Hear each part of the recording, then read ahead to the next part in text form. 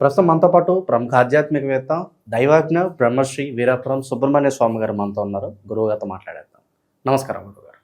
శుభాశీస్సులండి. గురుగారు, ఉగాది రాశి ఫలితాలు ఏ విధంగా ఉన్నాయో చూద్దాం. శ్రీ పరాభవ నామ సంవత్సరం విశేషంగా కన్యా రాశి వాళ్ళకి ఈ కొత్త సంవత్సరం ఏ విధంగా ఉంటుంది, ఎటువంటి జాగ్రత్తలు తీసుకోవాలి? మనకు ఈ యొక్క 12 రాశులకు కాను శాలివాహన శకం, శ్రీ శాలివాహన శకము, శ్రీ పరాభవనామ సంవత్సరము ఉగాది నుంచి చైత్రశుద్ధ పాడ్యమి మొదలుకొని సంవత్సరాంతమంతా కూడా ఇంగ్లీష్ ప్రకారంగా 2026 కాను కన్యా రాశి వారికి ఆదాయం 8, అలాగే వ్యయం వచ్చేటప్పటికి 11. ఆదాయం 8, ఖర్చు 11. 11 అంటే అధికంగా ఖర్చు ఉంది. 8లో 11 తీసేస్తే 3 అధికమైనటువంటి ఖర్చు. ఇక్కడ మనకు ఒక్కటి ఎగస్ట్రా ఉన్నా కూడా వాళ్ళకి అధికమైనటువంటి ఖర్చులు ఉంటాయని దాని అర్థం. అలాగే రాజ్యపూజ్యము, అవమానం చూసుకుంటే రాజ్యపూజ్యము 3, అవమానం కూడా 3. ఇక్కడ మనకు రాజ్యపూజ్యము, అవమానాలు 2 విషయాల్లో చూసుకున్నప్పటికీ సమానంగా ఉంది. సమానంగా అంటే గౌరవించే వాళ్ళు ఎంతమంది అయితే ఉన్నారో అవమానించే వాళ్ళు కూడా అంతేమంది ఉన్నారు. అయినప్పటికీ పర్వాలేదు, సమానంగా ఉండడం అనేది శుభప్రదమే. ఇక్కడ మనకు కన్యా రాశి వారికి చూసుకుంటే ఈ సంవత్సరాంతమంతా కూడా శ్రీ పరాభవనామ సంవత్సరం అంతా కూడా ఉగాది నుండి గ్రహస్థితి ప్రభావాల చూసుకుంటే గురువు వచ్చేసి 10వ స్థానంలో 10వ ఇంట ఉన్నాడు ప్రస్తుతం. తర్వాత 12వ ఇంటికి మారుతున్నాడు, అంటే వ్యయ స్థానం. అలాగే ఇక్కడ శని వచ్చేసి 7వ ఇంట మీనరాశిలో శని ఉన్నాడు, శని సంచారం చేస్తున్నాడు. అలాగే మాతృస్థానంలో అంటే చతుర్థ స్థానంలో చూసుకుంటే కుజుడు, రవి, బుధ, శుక్రులు, రాహు కూడా ఉండడం, తర్వాత వాళ్ళు కూడా మారుతున్నారు. అయితే వీళ్ళ ప్రభావం వల్ల ఏమిట్రా అంటే ఈ రాశి వాళ్ళకి ప్రారంభంలో కొంత పర్వాలేదు.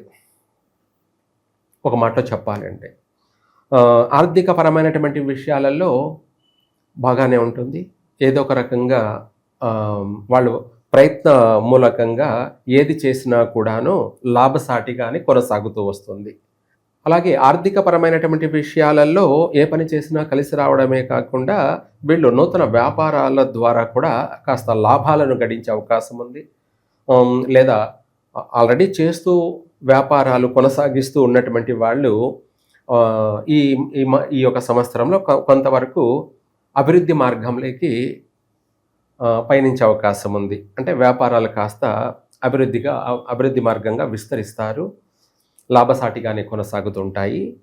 అలాగే మనం ఇందాక చెప్పుకుంటున్నట్టుగా విదేశాలలో అన్ని దేశాలు కూడా మన భారతీయుల్ని మరీ కార్పొరేట్ వేసి ఆహ్వానిస్తాయి. రెడ్ కార్పొరేట్ వేసి తప్పకుండా భారతీయులకి రాను రాబోయే రోజులు అని చెప్తే ఒక స్వర్ణయుగం అని చెప్పాలి. ఒక స్వర్ణయుగం, బంగారం రోజులని కూడా చెప్పుకోవాలి. ఈ సాఫ్ట్వేర్ జాబులు వాళ్ళందరికీ కూడా మంచి అవకాశాలు అనేది విదేశాలలో వస్తూనే ఉంటాయి. అక్కడ వెళ్ళి స్థిరపడతారు. ప్రపంచవ్యాప్తంగా కూడా భారతీయులు విస్తరిస్తారు. ప్రపంచానికే భారతదేశం అంటే ఒక తలమానికమైనటువంటి దేశంగా ఈ యొక్క విద్యార్థుల వల్ల ఒక మంచి పేరు, గుర్తింపు కూడా లభిస్తాయి. రాబోయే రోజులు, రానున్న రోజులు మంచి రోజులే అని చెప్పుకోవాలి. ప్రస్తుతం తాత్కాలికంగా ఏంటంటే అపసవ్య కాల సర్పదోషం వల్ల ఒక జాబులే కాకుండా దేశాల మధ్య కూడా వార్ నడుస్తూ ఉంటుంది. ఏమిటి ప్రతిదీ కూడా టెన్షన్తో కూడుకొని, భయంతో కూడుకొని, ఇలా అనేకమైనటువంటి కొన్ని దుర్ఘటనలు ఇటువంటివన్నీ కూడా జరుగుతూ ఉంటాయి. దేశాల మధ్య కూడా భేదాభిప్రాయాలు, యుద్ధ వాతావరణాలు, యుద్ధాలు అనేటువంటి భయాందోళనలు ఉన్నాయి. అలాంటప్పుడు ప్రపంచవ్యాప్తంగానే కాస్త ఒడిదుడుకులు, ఆటంకాలు అనేది ఉన్నాయి. అవి గ్రహస్థితి యొక్క ప్రభావం వల్ల. ఇవే మనం ముందే చెప్తూ ఉంటాం. ఇలా ఉంటుంది, ఇలా ఉంటుంది, ఇలా ఉండబోతుంది, ఇలా జరగబోతుంది అని ముందే చెప్తూ ఉంటాం. అయితే ఎప్పుడో జరగబోయే దాని గురించి మనం ఇప్పుడే చెప్పేటప్పటికి ఇవన్నీ జరుగుతాయా లేదా అని అందరికీ అనుమానాలు. అది జరిగినప్పుడు అప్పుడు అర్థమవుతుంది. ప్రస్తుతం ఎవరికి ముందుగా చెప్తే అర్థం కాదు. అంటే ఏమిటంటే రాబోయే రోజులు మంచి రోజులు, మీరు ఇప్పుడే ప్రిపేర్ కాండి అన్నది ఒక నమ్మకాన్ని ఇవ్వడం భవిష్యత్తుకి. ఇప్పుడు ప్రస్తుతం వాళ్ళకేమనిపిస్తుందంటే అంత దేశమంతా చూసుకున్న సమస్యలుగా ఉన్నాయి, ఈయన చెప్పేది ఏంది ఇలా చెప్తున్నాడని కూడా చాలామంది అనుకుంటూ ఉంటారు. అవన్నిటితో మీకు పని లేదు. మీ ప్రయత్నం మీరు చేయండి. భగవంతుడు చేయాల్సింది భగవంతుడు చేస్తాడు. ఇది కన్యా రాశి వాళ్ళకి బాగా వర్తిస్తుంది. మంచి తెలివితేట పరులు, మంచి జ్ఞానం కలిగిన వాళ్ళు, ప్రతిదాన్ని అర్థం చేసుకోగలిగిన వాళ్ళు, ఎక్కడ ఎలా నడుచుకోవాలి, ఎక్కడ ఏ విధంగా మనము మాట్లాడాలి, అన్ని అవగాహన కలిగినటువంటి వాళ్ళే కన్యా రాశి వాళ్ళు. కాబట్టి ఈ రాశి వాళ్ళకి రాను రాను పోను కూడా మంచి మంచి రోజులే. అయితే ఇక్కడ శని కూడా ప్రస్తుతం ఆ నక్షత్రాలలో 7వ ఇంట మారుతూ ఉండడం వల్ల కొన్ని ఒడిదుడుకులు ఉంటాయి వీళ్ళకి. ఆర్థికపరమైనటువంటి విషయాలలో కూడా మనకు ఆదాయం అయితే ఎంత అయితే ఉందో అలాగే ఖర్చు కూడా అన్ని విషయాలలో, అన్ని రంగాలలో అనేక కార్యక్రమాల ద్వారా ఖర్చు అనేది విపరీతంగా కూడా జరుగుతూ వస్తుంది. ఒక మాటలో చెప్పాలంటే శుభమూలకంగా కూడా జరగచ్చు. శుభమూలకంగా కూడా అంటే వివాహ ప్రయత్నాలు కలిసి రావడం, ఆ వివాహ ప్రయత్నాల్లో నిమగ్నమైపోవడం. మనకి ఏదైనా శుభకార్యం పెట్టుకుంటే మనము అనుకున్నది ఒకటైతే ఖర్చు అయ్యేది ఇంకొకటి. అంటే మనం ఒక 5 లక్షలు ఖర్చు అవుతుంది అని మనం ఎక్స్పెక్ట్ చేస్తే అది కాస్త ఎక్కువ అవుతుంది కానీ తక్కువ అయితే కాదు. అలా ఆ విధంగా మనము సంపాదించింది 1,00,000 రూపాయలు అయితే ఖర్చు అయ్యేది 2 లక్షలు. అప్పుడు ఏమైంది? అధిక ఖర్చు అవ్వడం వల్ల మన దగ్గర ఉన్న 1,00,000 రూపాయలే మనం మళ్ళీ 1,00,000 రూపాయలు అప్పు చేయాల్సిన పరిస్థితి. అంటే అది నష్టము అని అర్థం. అలా ఆ విధంగా శుభకార్య మూలకంగా అధికమైనటువంటి ధన వ్యయం కూడా అవుతుంది. మొత్తం మీద సంవత్సరం చివరిలో చూసుకునేటప్పటికీ అధికంగా ఖర్చు కనపడడం వల్ల మనకు నష్టం అనేది కూడా తెలుస్తుంది. సరే, ఇవి పక్కన పెట్టేస్తే ఈ సంవత్సరం ఈ రాశి వారికి ఏలినాటి శని ప్రభావం కొన్ని విషయాలలో కలిసి వస్తుంది. కొన్ని విషయాలలో ఒడిదుడుకులు, ఆటంకాలు ఉన్నాయి. ఆ కొన్ని విషయాల్లో ఏమిటంటే గృహప్రవేశాలు, గృహారంభాలు, నూతన క్రయ విక్రయాలు, ఇల్లు కొనడము, గృహప్రవేశాలు చేయడము, అలాగే కట్టినిళ్ళైనా కొనడం, లేదంటే స్థలం తీసుకొని గృహ నిర్మాణం వాళ్లకు ఇష్టం వచ్చినట్టుగా, వాళ్లకు నచ్చినట్టుగా అందమైన గృహ నిర్మాణాలు కూడా ప్రారంభం చేసే అవకాశం ఉంది. అంటే నూతన గృహ ఆరంభం. ఇదే కాకుండా వివాహ ప్రయత్నాలు కూడా కలిసి వస్తాయి. ఈ సంవత్సరంలో చెప్పాలంటే ఈ ప్రారంభంలోనే వివాహ అనుకూలత ఉంది. అలాగే స్వగృహ ప్రాప్తి యోగము ఉంది. తదుపరి నూతన వాహన యోగం కూడా ఉంది. విద్యార్థులకి మంచి వాళ్ళు చదివే చదువులో బాగా పాస్ అవుతారు. మళ్ళీ ఉన్నత చదువులకి పై చదువుల కోసమై విదేశాలకు కూడా వెళ్ళే అవకాశాలు ఉన్నాయి. ఎందుకంటే అందరికీ కాకపోవచ్చు కానీ ఎక్కువ శాతం జరిగే అవకాశాలే ఉన్నాయి ప్రయత్నం చేసుకుంటే. 100 మంది ఉంటే 100 మందికి జరుగుతుందా అని ఏమీ లేదు. అందులో కనీసం 50% జరిగినా కూడా అది గొప్పే కదా. అలా అధిక శాతం కూడా ఉన్నత చదువుల కోసం విదేశాలకు వెళ్ళి చదువుకునే అవకాశము ఉంది. లేదా ఫస్ట్ క్లాస్లో పాస్ అయ్యి వాళ్ళు చదువులో మంచి మెరిట్ అయ్యి పై చదువుల కోసం ఇక్కడే ఉన్నత వేరే రాష్ట్రాల్లో కూడా వెళ్ళి చదువుకునే అవకాశాలు కూడా అధికంగా ఉన్నాయి. ఇది విద్యార్థులకి. అలాగే ఉద్యోగ విషయాలలో ప్రయత్నం చేసుకున్నట్టయితే ఈ సంవత్సరంలో మంచి ఉన్నత ఉద్యోగాలలో ఎక్కువ శాతం స్థిరపడతారు. వాళ్ళకంటూ జీవితానికి ఒక మంచి మార్గం అనేది దొరుకుతుంది. స్థిరపడతారు. అమ్మయ్య, మనకు ఉద్యోగం వచ్చింది, ఇంకా భయం లేదు. ఏదైనా సరే మనము ఆ ఉద్యోగం కానీ వ్యాపారం కానీ పురుష లక్షణం కాబట్టి చేస్తూ ఉంటే 10 మందిలో అది ఒక గుర్తింపు. లేదంటే రేపు పెళ్లి చేయాలన్నా కూడా అబ్బాయి ఏం చేస్తున్నాడు అంటారు. ఖాళీగా ఉన్నాడంటే ఎవరు ఇవ్వరుగా పిల్లని. అలా ఒక ఒక ఉద్యోగంలో స్థిరపడ్డారంటే ప్రతి ఒక్కరు కూడా ఇవ్వడానికి ముందుకు వస్తారు. ఇవ్వడానికి అబ్బాయి ఉద్యోగం చేస్తున్నాడా, సరే అయితే మంచిదే, మన అమ్మాయిని ఇవ్వచ్చు అన్నట్లుగా ప్రతి ఒక్కరు కూడా సమయానుకూలంగా కూడా ఆ విధంగా ఒక విషయంలోనే కాకుండా అన్ని విషయాలలో కూడా వాళ్ళకి ఒక గౌరవప్రదమైనటువంటి విలువ పెరుగుతుంది. అంతవరకు తల్లిదండ్రులు కూడా తిట్టుకుంటూ ఉంటారు. ఏమని, వీడు ఖాళీగా తిరుగుతున్నాడు, వేస్ట్గా తిరుగుతున్నాడు, టైం వేస్ట్ చేస్తున్నాడు, ఎక్కడైనా కొడుకు వాడంతటా వాడు ఏదైనా ప్రయత్నం చేసుకొని ఏదైనా మంచి ఉద్యోగాల్లో స్థిరపడాలి, ప్రయత్నం చేయాలి, కానీ ఖాళీగా తిరుగుతూ ఉంటే ఏమొస్తుందని చెప్పేసి తల్లిదండ్రులు కూడా కాస్త మందలిస్తూ ఉంటారు. అటువంటి వాళ్ళకి ఈ సంవత్సరం శుభవార్తలే. తల్లిదండ్రులకి మనశ్శాంతి కలుగుతుంది. అమ్మయ్య, మా అబ్బాయి ఒక ఉద్యోగంలో స్థిరపడ్డాడు అని చెప్పేసి వాళ్ళకు ఒక బరువు బాధ్యత అనేది తగ్గిపోతుంది. అలాగే వీళ్ళు కూడా ఆ ఉన్నత ఉద్యోగాల్లో స్థిరపడమే కాకుండా ఆ చేసే ఉద్యోగాల ద్వారా కూడా విదేశాలకు వెళ్ళి కూడా స్థిరపడే అవకాశం ఉంది.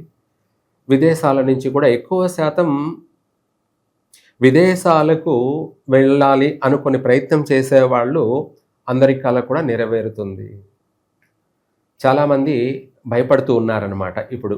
ఏది, ఉద్యోగాలు చేసుకునే వాళ్ళందరూ కూడా అవి ప్రైవేట్ జాబులు అనుకోవచ్చు, లేదంటే ఏదైనా సరే ప్రతిదీ, అందులోనూ సాఫ్ట్వేర్ జాబులు అని ఇంకా ఏవేవో సంబంధించిన జాబులు, వాళ్ళందరూ కూడా భయపడుతున్నారు. ఏమని, ఉద్యోగ అవకాశాలు లేవు, విదేశాలకు వెళ్దామనుకుంటే విదేశాలలో ఉన్న వాళ్ళనే తీసేస్తున్నారు, మళ్ళీ పంపించేస్తున్నారు రిటర్న్ అని చెప్పేసి చాలామంది అపోహాల్లో ఉన్నారు, భయపడుతూ ఉన్నారు. నీకెందుకు భయం? నీ ప్రయత్నం నువ్వు చెయ్యి. భగవంతుడు చేయాల్సింది భగవంతుడు చేస్తాడు. ప్రతిదానికి భయపడాల్సిన అవసరం లేదు. భయపడుతున్నామో అంటే మనం ఏదో నేరం చేసినట్టే, తప్పు చేస్తే, నేరం చేస్తే, చేయరాని పాపం చేస్తేనే భయపడాలి. చదువుకొని కూడా మనం భయపడాల్సిన అవసరం లేదు. దాన్ని నమ్మకంగా, మనోధైర్యంగా, సంకల్పంతో నీ ప్రయత్నం నువ్వు చేస్తే తప్పకుండా మనకు ఎక్కడ రావాలో, ఎప్పుడు రావాలో అది రానే వస్తుంది. కాబట్టి ఇంకా కూడా మనము సమయం వృధా చేసుకోకుండా మన ప్రయత్నాలు అయితే మనం చేయాలి. ప్రయత్నం చేయడం నీ వంతు, దానికి భగవంతుడు అనుగ్రహించడం అది భగవంతుడి వంతు. రెండూ కూడా సమయానుకూలంగా సక్రంగా ప్రతిదీ జరుగుతుంది. అలాగే సంతాన ప్రకారంగా కూడా అధికంగా స్త్రీ సంతానం కలిగే అవకాశం ఉంది. అది కూడా కలిసే వస్తుంది. మా అమ్మాయి పుట్టిన తర్వాత మాకు బాగా కలిసి వచ్చిందండి అని చెప్పుకోవడానికి మంచి అవకాశాలు. చాలామంది చెప్పాలంటే ఆడపిల్లని చెప్పగానే ఆడపిల్లని మనం సాకలేమేమో, ఆడపిల్లకు కట్నాలు ఇవ్వాలి, అన్నీ చేయాలి, అన్నీ చాలా ఇబ్బందులు అని చెప్పేసి అబార్షన్లు చేసుకునేవాళ్ళు, వాళ్ళే అబార్షన్లు చేయించుకునేవాళ్ళు, చేసుకునేవాళ్ళు. అటువంటి వాళ్ళందరూ కూడా అజ్ఞానులు, మూర్ఖులు. ఆడపిల్ల అంటే ఆ ఇంటికి, ఆ కుటుంబానికి, ఆ వంశానికి మహాలక్ష్మి, సిరి రాబోతుంది అని అర్థం. సిరి సంపదలు రాబోతున్నాయి అని అర్థం. ఇంకా చెప్పాలంటే పెట్టి పుట్టిన అమ్మాయి అని అర్థం. ముందే పెట్టి పుట్టిన అమ్మాయి అన్నట్టుగా తల్లిదండ్రులు కూడా చెప్పుకుంటారు, మా అమ్మాయి పుట్టిన తర్వాత మాకు బాగా కలిసి వచ్చింది అని. ఈ కన్యా రాశి వాళ్ళు భవిష్యత్తులో ఈ మాటలు చెప్పుకుంటుంటారు. కాబట్టి అన్ని విధాలు కూడా కన్యా రాశి వారికి ఈ సంవత్సరం బాగానే ఉంది. కాకపోతే కొంత చిన్న చిన్న ఒడిదుడుకులు, ఆరోగ్య సమస్యలు ఉన్నాయి. అంతేకాకుండా 7వ ఇంట శని సంచార ప్రభావం, అలాగే 12వ ఇంట కేతుతో కలిసి కుజుడు సింహరాశిలో ఉండడం వల్ల కొంత ఆరోగ్యపరమైన విషయాలలో ఇబ్బందులు ఉన్నాయి. ఆపరేషన్ జరిగే సమస్యలు ఉన్నాయి. ఇంకా కూడా వాహన ప్రమాదాలు కాస్త ఇటువంటి సమస్యలు అయితే ఎక్కువగా ఈ సంవత్సరం ప్రారంభంలో అధికమైనటువంటి ప్రమాదాలు సంభవించే అవకాశాలు కూడా ఉన్నాయి. అందుకనేసి ఈ రాశి వారు ఏదైనా సరే కాస్త దైవాన్ని నమ్ముకొని మనము ప్రతిరోజు కూడా ఒక 10 నిమిషాలు భగవంతుడికి సమయాన్ని కేటాయించి ఎన్ని పనులు ఉన్నా కూడా 24 గంటలు ఒక రోజు అంటే దాంట్లో ఒక 10-15 నిమిషాలు సమయాన్ని కేటాయించి భగవంతుడిని దర్శనం చేసుకోవడం, అంటే దేవాలయానికి వెళ్ళి ప్రతిరోజు ప్రతినిత్యం కూడా ఉదయం వీలైతే ఉదయం, ఎక్కువ శాతం ఉదయం చేసుకోవడం చాలా మంచిది పనులు చేసుకునే వాళ్ళందరికీ.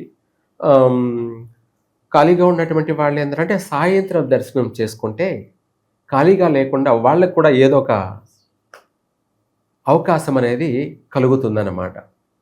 అంటే ఉద్యోగం లేక పని బాటలు లేకుండా ఉంటారు కదా, అటువంటి వాళ్ళు సాయంత్రము 5 తర్వాత 7 లోపల దైవ దర్శనం చేసుకుంటే వాళ్ళకు కూడా మంచి అవకాశాలు అనేది కలుగుతాయి. ఆల్రెడీ ఉద్యోగాల్లోనూ అన్ని పనుల్లో బిజీ ఉన్నటువంటి వాళ్ళు పొద్దున్నే దైవ దర్శనం చేసుకోవడం వల్ల ఆ రోజంతా కూడా వాళ్ళ పని సక్సెస్ అవుతూ ఉంటుంది. ఇలా చేసుకోండి. ఇంకా కూడా ఏదైనా సరే వ్యాపార రీత్యా నష్టపోయిన వాళ్ళు, భారీగా నష్టాలలో ఉన్నవాళ్ళు అయితే మాత్రం కొన్ని సమస్యలతో, కోర్టు వ్యవహారాలతో ఇబ్బందులు పడుతున్నటువంటి వాళ్ళు అయితే మాత్రం వీలైనంత వరకు ఈ యొక్క కన్యా రాశి వాళ్ళు స్వర్ణాకర్షణ భైరవ హోమం అని చెప్పేసి, భైరవ హోమం ఇది వాళ్ళ జీవితాన్ని బంగారమయమైనటువంటి జీవితాన్ని చేసుకోవడానికి, కోర్టు సమస్యలన్నీ కూడా వైదొలిగిపోవడానికి, శత్రు వినాశనం జరగడానికి, పోగొట్టుకున్నది ఎక్కడైతే పోగొట్టుకున్నామో అక్కడే సంపాదించాలి అన్న సామెత కింద ఎక్కడైతే నష్టపోయారో అక్కడే తిరిగి వాళ్ళు మళ్ళీ అభివృద్ధి చెంది స్థిరపడడానికి, అనుకున్న పని సక్సెస్ కావడానికి ఇది చాలా విశేషంగా ఉపయోగపడుతుంది. అలా చేసుకోండి, కలిసి వస్తుంది. ఓవరాల్గా ఈ రాశి వాళ్ళందరికీ ఈ నూతన సంవత్సరం ఏ విధంగా ఉంటుంది, ఎటువంటి జాగ్రత్తలు తీసుకోవాలి, మంచి విశ్లేషణ అందించారు. ధన్యవాదాలు. సర్వే జన సుఖినో భవంతు.